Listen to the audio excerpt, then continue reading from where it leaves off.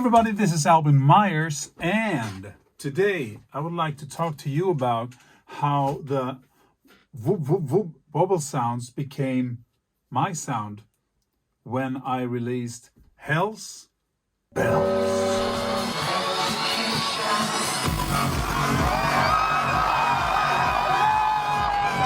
2012 was the year I released HELLS Bells, and it was also the year, as I can remember it, when dance music or EDM really hit at a global level. I mean, the big it thing all over the world. Of course, dance and house music has been out there since the late 80s, but it felt like everybody all of a sudden knew what it was. And especially in Sweden too, with the festival like Summerburst.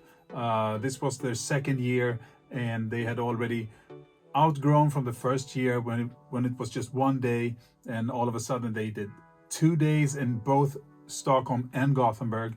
So you understood that this whole thing was, the whole scene was, it was time for the scene to, it was time for the EDM scene to take over. This is also the year a lot of people started to recognize me, especially in Sweden.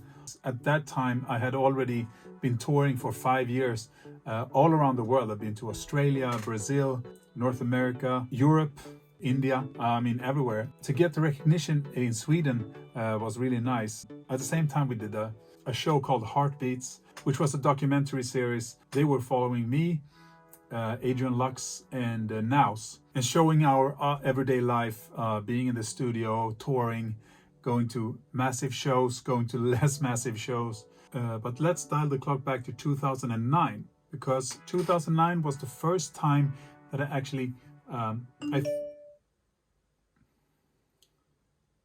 Shut up. 2009 was actually the first time I elaborated with the wobble sound, and it was a remix that I made of a song. Let's see, it was called Lunatic.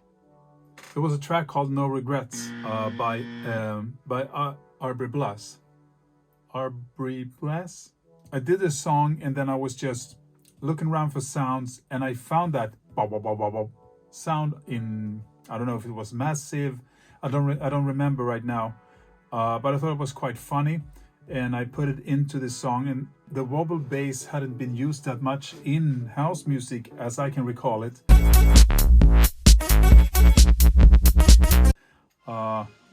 Let's see how that sounded.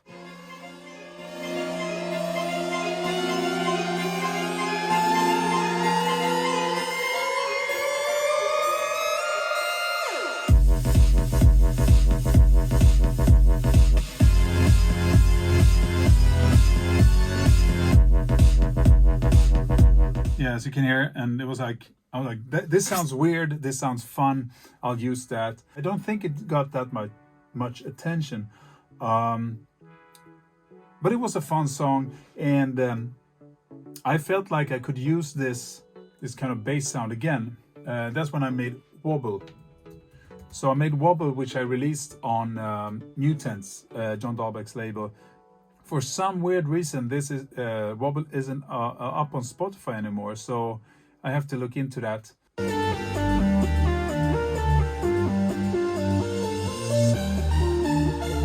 So by this time, I was between the progressive house and my kind of new style that I was developing. So in this, I have both the progressive. This is 2010.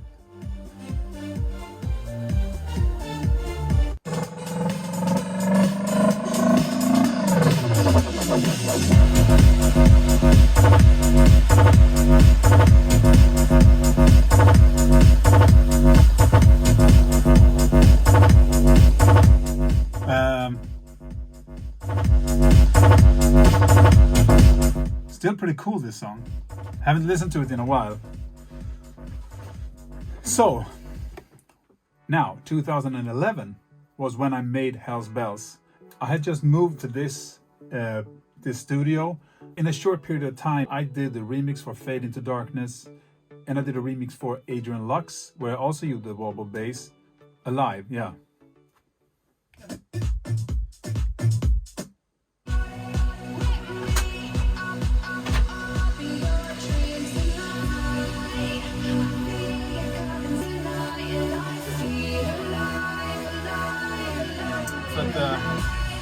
igenom alla låtar som jag hade Wobble-ljud i.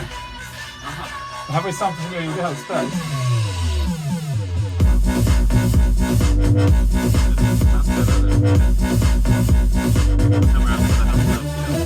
Ja, nej, det var bara det. Jag ville bara... So in the time span of a couple of months, I did the Fade Into Darkness remix, which had these chords that whoop, whoop, whoop, whoop, whoop, whoop, whoop. You know what I mean. And I did the remix for Adrian Lux, the wobbling bass, and also these chords that whoop, whoop, whoop. And I did HELLS Bells, which had the wobble, and also the you know, I was come up with this new sound that I was working around. And I made HELLS Bells in 2 days. And when it was done, I was thinking, okay, now I'm gonna send it to the biggest names of this whole EDM thing. So I sent it to Tiesto, I sent it to David Guetta, and I sent it to Steve Aoki. Some time passed, and Steve Aoki came back to me. He was like, okay, I want to sign this to Dimmock. Is it still available? And I was like, absolutely.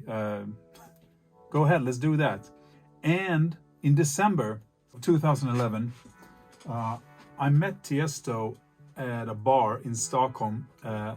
Around that time, Tiesto was hanging a lot in Sweden. He had an apartment in the center of Stockholm. So it happened that you met him at maybe a bar at a nightclub or something. And then he asked me like, so how's it going with HELLS Bells?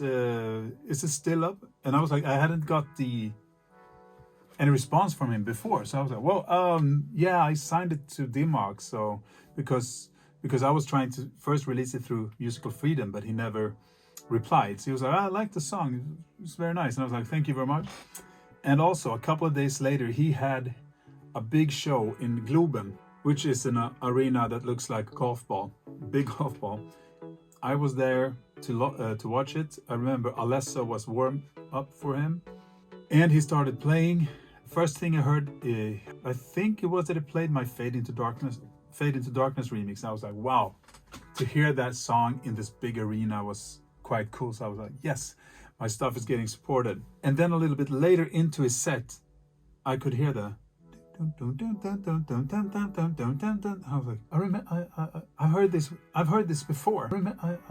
And of course it was HELLS Bells. I was like, oh my God, it's playing HELLS Bells. I didn't know that it was gonna play it. So for me, it was a really a big moment to hear that in a big, loud, like sound system like that, blasting out for thousands of people.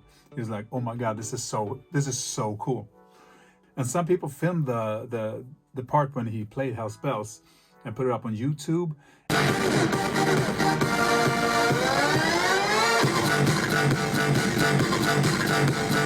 And Tiesto played it in all his sets. And all of a sudden, all these big DJs started to reach out to me, trying to get the song. So, like Nicky Romero and Zed, and a lot of other guys, Dimitri Vegas, like Mike, a lot of people like, okay, this song that Tiesto's playing, could you send it? And I was like, absolutely. Anyway, moving forward. The song wasn't released. The hype started to get created around HELLS Bells. I was happy about it, but I was scared that the hype was going to die before it was officially released. And they had set the release to May of 2012. I mean, 6 months after the hype started. So I was like, oh my God, okay. Everybody's going to think it's a cool song, and then nothing more is going to happen to it, you know? But I was wrong, because after the release, it continued to grow. The streaming services like Spotify and stuff had started, but they weren't the main income back then. It was still people downloading on iTunes and stuff like that. So we sold a lot of HELLS Bells units, and also big thank you to Avicii, Tim, that was playing HELLS Bells in all his sets, all up to when he quitted playing in 2016. So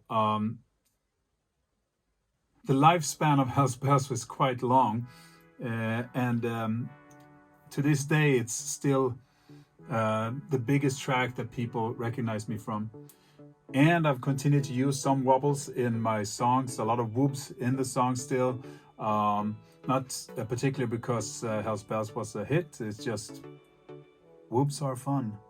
Oh, and a little side note, I remember I was having a great FOMO of not being at the Ultra Music Festival in 2012. You know, I wish I could be there. And then Avicii came up and he did his show and he played both my Fade Into Darkness remix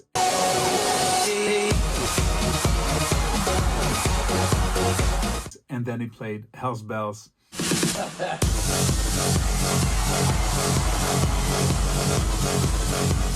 And I was like, okay, I'm there spiritually in music. So that was pretty cool. And at that time I was like, future's so bright, I need to wear sunglasses inside. So that's my story about Hell's Bells. Thanks for watching. See you next week. Boop, boop, boop, boop, boop.